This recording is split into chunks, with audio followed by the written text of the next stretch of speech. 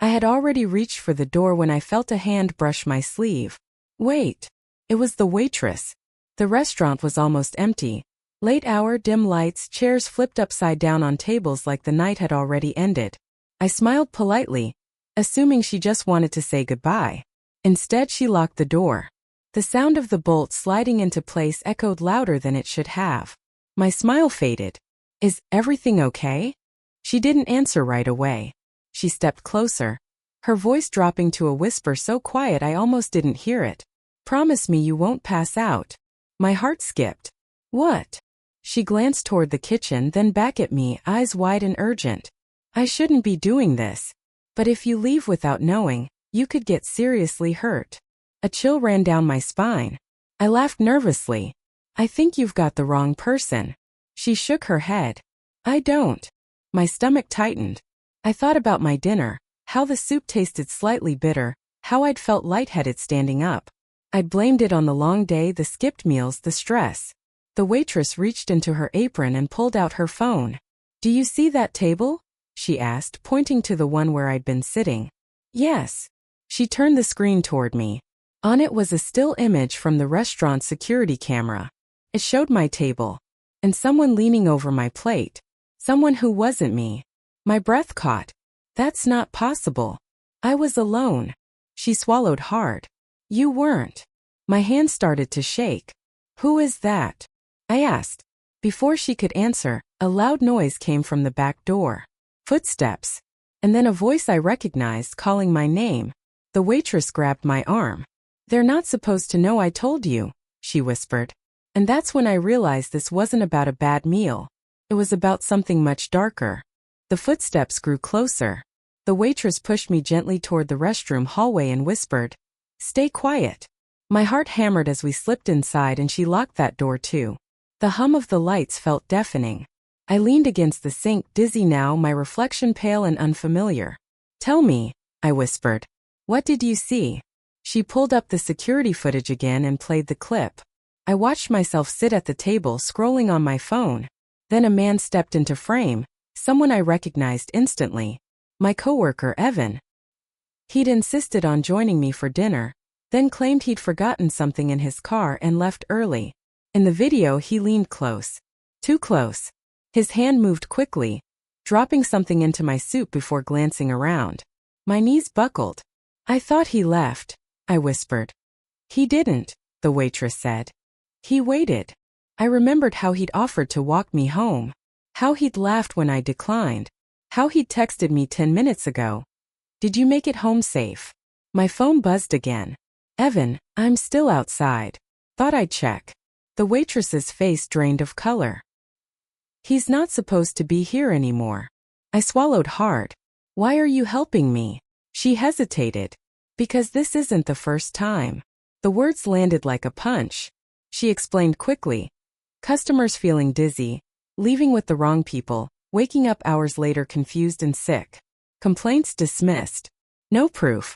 Except tonight. The back door rattled. Evan's voice echoed faintly.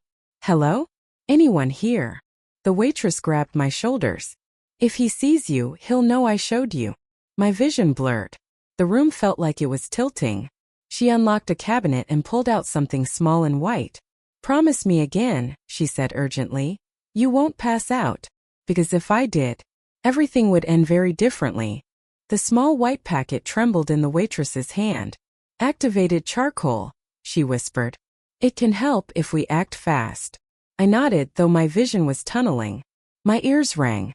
Every breath felt heavier than the last. She mixed it into a glass of water and pressed it into my hands.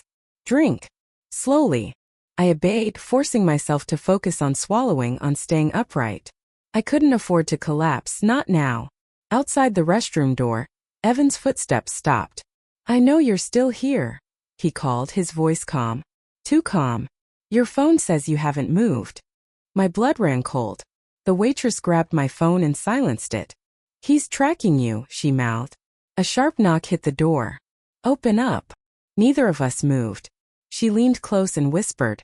When I say run, you run. There's an exit through the kitchen. Another knock. Harder. Restaurant's closed, Evan said.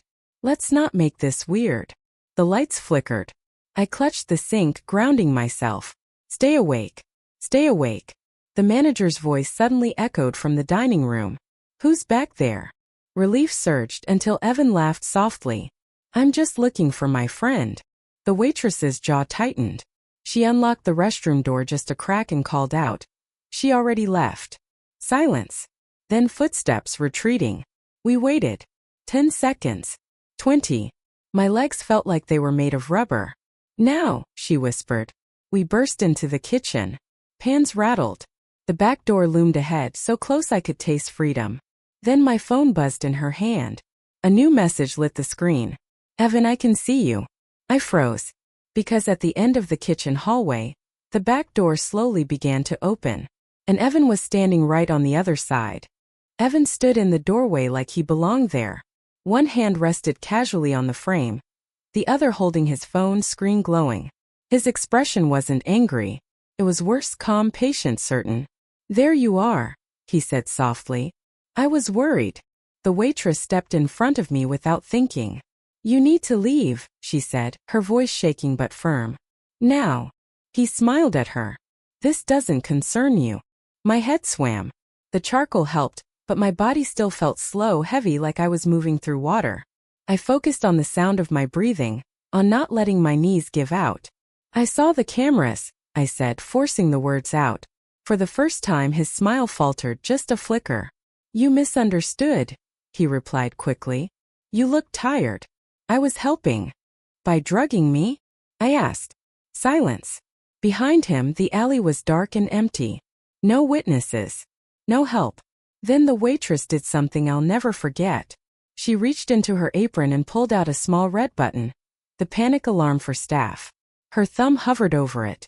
Evan's eyes widened. Don't, he warned. She pressed it. The shrill alarm sliced through the night, echoing through the restaurant. Evan swore under his breath and stepped back instinctively. That was all the space I needed. I ran. Past him. Into the alley.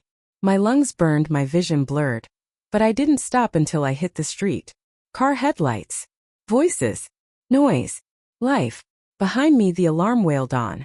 I leaned against a light pole, gasping, my phone vibrating nonstop in my pocket. Unknown number. Again and again. I didn't answer. Because I already knew this wasn't over. The footage existed. The waitress was a witness. And Evan had just realized how close he'd come to being exposed. The police arrived faster than I expected. Red and blue lights washed over the street as I sat on the curb, shaking, wrapped in a thin restaurant blanket the waitress had brought out herself. She stood nearby, arms crossed tightly, refusing to leave my side. When the officers asked what happened, I told them everything. My voice cracked, but I didn't stop. The soup, the dizziness, the locked door, the camera footage. Evan was still there when they went back inside. He tried to smile, tried to explain, tried to say I was confused. But confusion doesn't show up clearly on security cameras. The waitress handed over the footage. Not just from tonight, but from weeks ago. Different women. Same pattern. Same quiet move of his hand. Same timing. The officer's expression hardened. Evan's phone was taken next. Messages. Deleted searches. A trail he thought no one would ever connect. When they put the cuffs on him, he finally looked at me, not calm anymore. Not confident. Terrified. You ruined my life, he hissed as they led him away. I met his eyes and found my voice at last. You ruined your own. In the days that followed, everything came out. The restaurant cooperated fully. Other women came forward once they knew they weren't alone. The waitress testified, despite the fear in her hands. As for me, I still think about how close I came to walking out without knowing. How one whisper, one brave choice changed everything. Sometimes survival doesn't look dramatic. Sometimes it sounds like a waitress saying, "Promise you won't pass out." And sometimes the most terrifying night of your life becomes the moment you finally take your power back. Because this time, I walked away, and he didn't.